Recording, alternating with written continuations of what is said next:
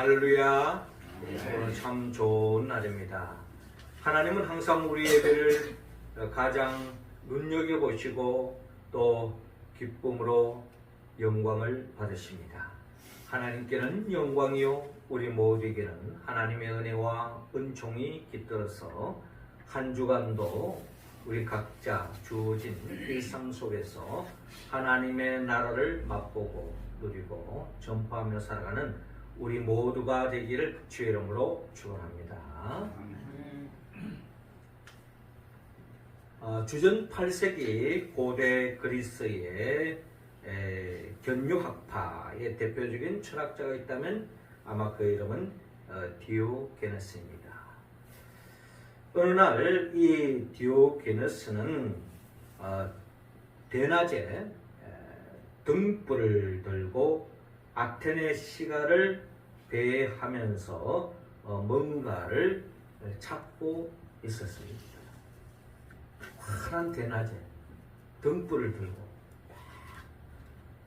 여기저기 다니면서 찾고 있는 겁니다. 이를 본 이상하게 생각하는 한 청년이 질문을 합니다. 선생님, 무엇을 그렇게 찾고 계십니까? 그때 디오게네스는 내 사람을 찾고 있는 중입니다. 사람을 찾고 있다는 겁니다. 대낮에 등불을 들고 사람을 찾는다는 것이 너무나 우스워서 사람들은 그를 보러보면서 미친 사람이라고 손가락질 했습니다. 충분히 그럴 수 있겠죠. 그러나 디오게네스는 밤과 같이 어두운 세상에서 한 시대를 책임질 수 있는 사람이 없다고 생각했기 때문에 대낮에도 등불을 켜들고 사람을 찾았다는 것입니다. 요즘식으로 말하면 하나의 자기 나름의 어떤 퍼포먼스를 통해서 뭔가 사람들에게 자신의 그 모습을 보면서 뭘 이야기하려고 하는가를 전하고 싶은, 한마디로 칠흑 같던 이 어두운 세상 속에 이 세상을 밝힐 수 있는 정말 깨어있는 사람, 올바른 사람, 그런 사람을 디오게네스는 찾고 있었다. 오늘의 교회가 안고 있는 가장 심각한 문제 가운데 하나는 교회에 출석하는 성도들은 많이 있지만 정말 주님을 따르는, 주님을 본받는 주님의 참 제자는 너무나도 부족한 것이 오늘의 현실이다. 오늘 성경의 본문의 말씀도 어디 보면 이 어두운 세상에 빛으로 오셔서 주님은 주님과 함께 이 어두운 세상을 밝히며 살맛 나는 세상, 하나님이 기뻐하는 세상을 만들기 위해서 주님은 사람을 찾고 있습니다. 한마디로 참 제자를 찾고 있는 모습을 오늘 성경을 통하여 우리는 바라볼 수가 있습니다. 오늘 본문을 통하여 우리 각자 한 사람 한 사람도 주님이 찾고 있는 그런 참 제자, 진정 주님을 따르는 이 시대 속에 주님과 함께 이 어두운 세상을 밝히는 그와 같은 빛의 삶을 살아가는 그런 사람을 찾고 있다는 것입니다. 우리가 그런 사람으로 주님을 따르고 주님과 함께 이 어두운 세상의 밝은 세상을 만들기 위해서 나아가기 위해서는 우리는 어떤 삶을 살아야 하느냐. 먼저 오늘 본문 15절을 통하여 믿으라고 말씀하고 있습니다. 15절 말씀 우리 같이 한번 읽어봅시다. 시작. 이르시되 때가 찼고 하나님의 나라가 가까이 왔으니 회개하고 복음을 믿으라 하시더라. 아멘. 자, 오늘 마가복음 1장 14절은 이렇게 시작하고 있습니다. 요한이 잡힌 후 여러분, 성경에 말하는 요한은 어떤 사람입니까?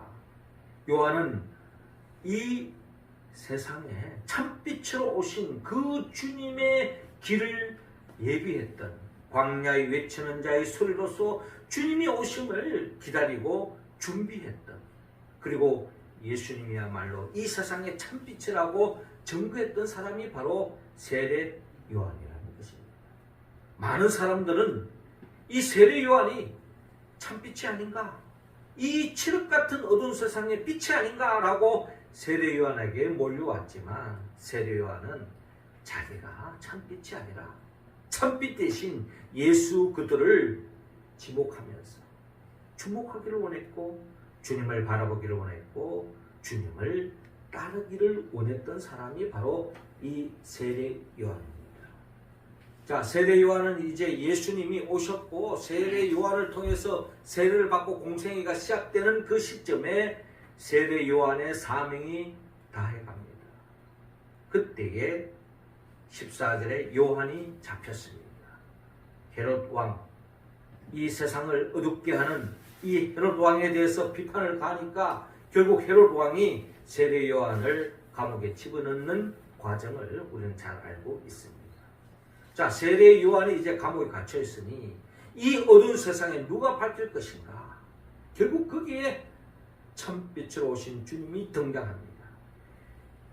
요한이 잡힌 후 예수께서 갈릴리에 오셔서 하나님의 복음을 전파하여 라고 오늘 본문은 기록되어 있습니다. 즉 예수님께서 갈릴리에서부터 하나님의 복음을 전파하면서 어둠을 몰아내고 빛을 밝히고 하나님의 나라를 열어가는 예수님을 바라볼 수 있습니다. 예수님의 그 메시지는 15절에 나타나 있습니다. 때가 찼고 하나님의 나라가 가까이 왔으니 회개하고 복음을 믿으라 라고 말씀하고 있습니다. 때가 찼다는 겁니다. 하나님의 때가 되어서 이제 예수님이 이 땅에 참빛으로 오셨다는 거예요. 그래서 이제 하나님의 나라 가까이 왔다는 겁니다. 주님이 우리에게 하나님의 나라를 이 역사 속에, 우리의 인생 속에, 우리의 삶 속에 안겨주기 위하여 오셨다는 것입니다. 그러면 예수님이 가지고 오신 그 하나님의 나라의 그 복을 누가 받을 수 있느냐? 한마디로 회개하고 복음을 믿으라는 거예요. 회개하고 복음을 믿는 자가 주님이 주고자 하는 하늘의 복을 받아 누릴 수 있다. 성경 66권에 기록되어 있는 모든 축복의 말씀이 내 것이 될 수 있는 길, 그것은 바로 회개하고 복음을 믿어라. 한마디로 말해서 지난날에 나의 모든 죄를 청산하고 잘못을 인정하고 그것을 씻고 복음을 믿어라. 예수 그들을 믿어라. 예수 그들을 믿으면 하나님의 나라가 열린다. 잃어버린 에덴 동산의 복을 되찾을 수 있다. 잃어버린 영생을 되찾을 수 있다. 더 이상 마귀의 자식이 아니고 어둠의 자식이 아니고 빛의 자녀로서 하나님의 자녀가 될 수 있다. 그러니 먼저 회개하고 복음이신 예수 그들을 믿어야 된다. 이게 바로 오늘 성경의 본문을 통하여 우리에게 말씀하고 있는 것입니다. 회개하고 복음을 믿어라.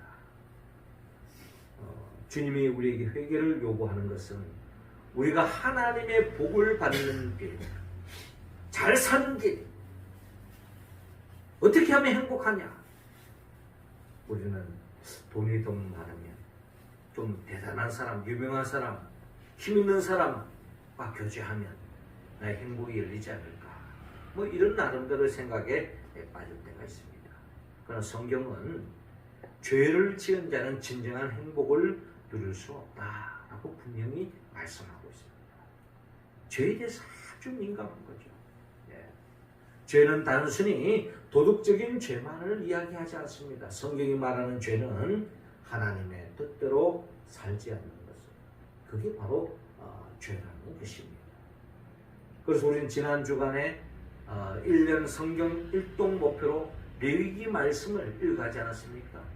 레위기는 5대 제사를 통해서 하나님의 백성이 복받는 길을 가르쳐 주는데 철저하게 회개하고 죄사함의 은총을 입어야만이 하나님의 복을 받아 누릴 수 있다. 더러운 그릇에 아무리 영양가 있고 맛있는 음식을 거기에 담아준들 그걸 누가 먹겠습니까? 깨끗한 그릇이라야 그 어떤 음식도 받을 수 있고 맛있게 먹을 수 있는 것입니다. 그렇기 때문에 하나님의 그 신령한 그 복을 우리의 삶 속에 충만을 위해서는 철저히 죄의 문제를 해결해야 됩니다. 주님의 보혈의 피를 의지하여 철저히 회개하는 자만이 우리는 죄사함의 은총을 입을 수 있다. 탈무드에 보면은 재밌는 말이 있습니다. 생선과 사람은 3일만 놔두면 냄새가 난다. 그렇죠?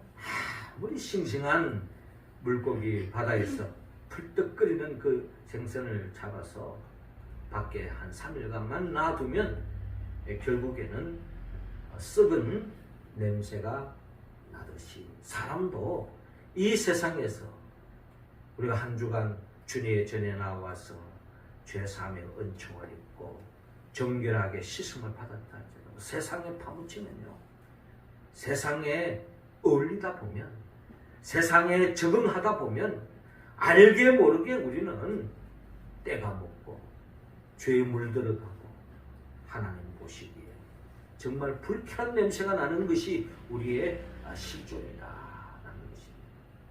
그렇죠? 우리가 하루도 이빨을 닦지 않아봤어요.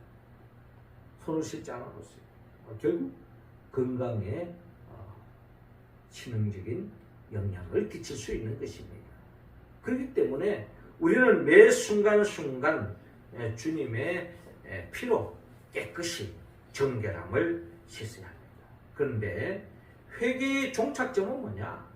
회개의 시작은 지난날의 나의 잘못을 인정하고 그것을 회개하고 그것을 애통하는 마음에서 출발되어지지만 회개의 목적은 결국 하나님이 기뻐하는 삶을 살 때 사는 것이 진정한 회개의 목적 아니겠습니까? 그래야 진정한 복을 누릴 수 있다는 거예요. 하나님이 가장 기뻐하는 게 뭘까요?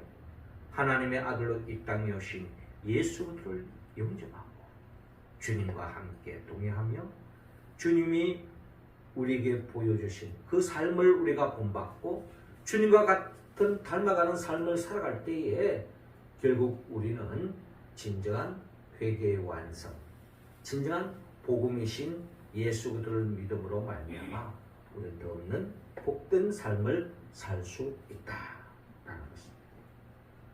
우리는 지난 주일에 예수님이 누구인가? 예수님을 만났던 빌립 그리고 나다나엘 그들의 증거에 의하면 예수님은 그이다. 오래전 선지자들이 기록한 그이다. 한마디로 그분이 메시아다. 예수님이 나의 구원자라는 것을 내가 고백하고 고백적인 삶으로 살아가는 겁니다. 이 세상 모든 것을 다 놓치는 한이 있다고 예수만큼은 끝까지 붙잡는 것. 이게 바로 내 삶이라는 것이죠. 그리고 예수님은 하나님의 아들이라고 고백할 때에 우리의 존재 자체가 바뀌어지는 겁니다. 더 이상 어둠의 자식이 아니죠. 빛의 자녀. 한마디로 하나님의 자녀가 될 수 있습니다. 그리고 나다나엘은 그의 수준은 예수님은 이스라엘의 임금 왕으로 생각합니다. 그러나 우리는 성경 전체를 통해서 예수님은 만왕의 왕이시다.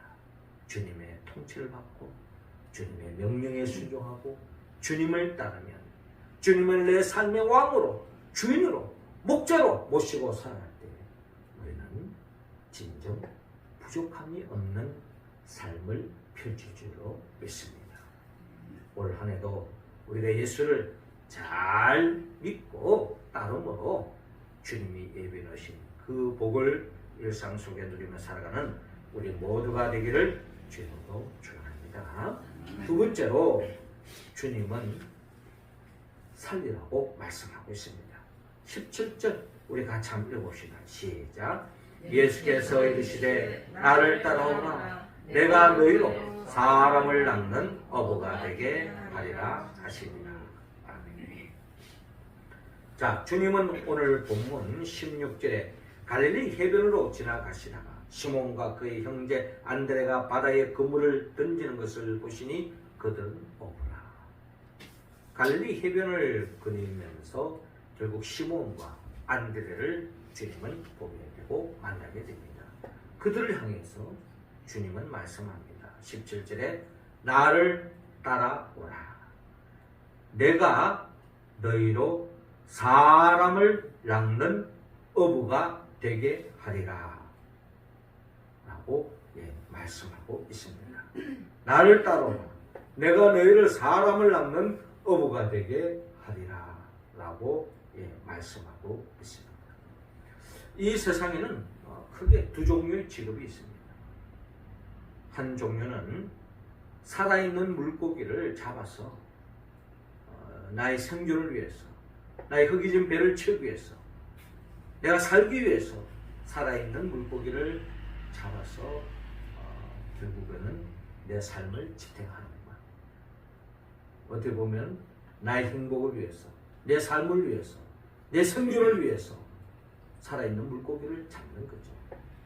그런가 하면은 오늘 성경이 말하는 사람 낚는 어부의 개념은 죄로 말미암아 죽어가는 그 생명을 살리기 위해서 복음을 전하여서 회개케 하고 그리고 예수 그리스도를 믿음으로 하나님의 자녀로 되어져 영원한 생명을 얻게 하는 것, 하나님의 나라를 살게 하는 것, 이게 바로 사람 낚는 어부의 목적이다라는 것입니다.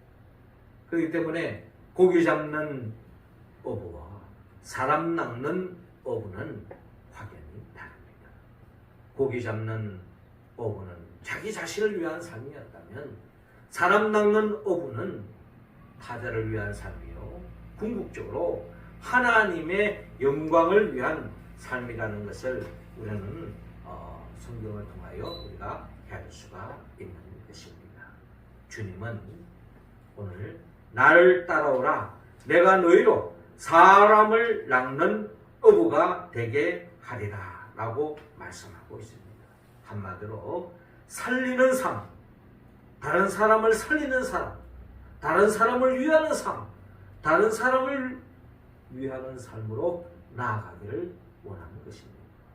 이런 삶에 동참하는 사람이 바로 주님과 함께 빛의 자녀로서 살맛 나는 세상을 만드는 삶의 모습이다. 이 세상에는 자기 자신의 행복을 위해서 다른 사람이 어떻게 되든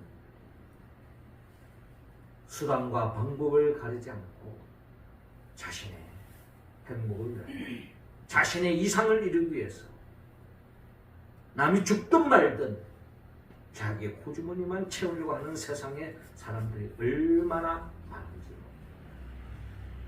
세상 권력을 가지고 세상 명예를 가지고 결국 자기의 호주머니를 채우기 위해서 수단과 방법을 가리지 않는 사람, 그런 사람이 어떻게 보면 고기 잡는 어부의 최악의 경우겠죠.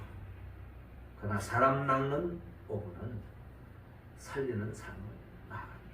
다른 사람을 위하고 다른 사람을 위하여 헌신하고 다른 사람의 행복을 위하여 힘쓰는 사람, 거기에 삶의 기쁨을 누리는 사람, 거기에 가치를 두고 가는 사람, 이런 사람들이 많아질 때에 이 세상은 살맛 나는 세상이 되지 않겠습니까?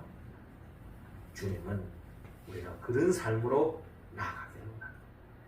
살리는 삶으로 나아가기를 주님은 원하고 있는 것입니다. 마지막 세 번째로 그러기 위해서는 오늘 본문 20절에 따르라고 말씀하고 있습니다. 자, 20절 말씀 우리 같이 한번 읽겠습니다. 시작. 곧 부르시니 그 아버지 세베대를 품꾼들과 함께 배 버려두고 예수를 따라가니라. 아멘. 자, 16절에 갈릴리 해변으로 지나가시다가 시몬과 그 형제 안드레가 바다에 그물 던지는 것을 보시니 그들은 오구나. 보편적인 많은 사람들이 고기 잡는 어부의 삶을 살아가고 있습니다. 자, 그런 자기 일에 충실하는 사람, 거기에 한 주님은 가능성을 본 거죠. 주님은 17절에 예수께서 이르시되 나를 따라오라 내가 너희로 사람을 낚는 어부가 되게 하리라 하시니 곧 그들은 버려두고 따르니라 라고 오늘 본문 18절에 기록됐습니다. 주님의 부르심에 응답했다는 거예요. 그 부르심에 응답했기 때문에 주님과 함께 12 제자로서 주님과 함께 살맛나는 세상을 만들어가는, 이 어두운 세상을 밝은 세상을 만들어가는 그 역사에 동참하게 되었다. 그리고 19절에 조금 더 가시다가 세베대의 아들 야고보와 그의 형제 요한을 보시니 그들도 배에서 그물을 깁는데 곧 부르시니 그 아버지 세베대를 품꾼들과 함께 배에 버려두고 예수를 따라가니라. 예수를 따라갔다.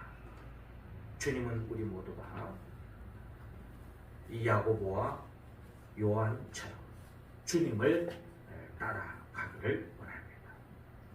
주님을 따라가기를 원합니다. 주님을 따라간다는 것은 주님의 방향을 잡고 주님이 가는 곳에 어디든지 따라가는 삶, 이게 바로 제자의 삶이요, 주님과 함께 살맛나는 세상을 만드는 사람, 이 함께 가는 삶의 모습이다.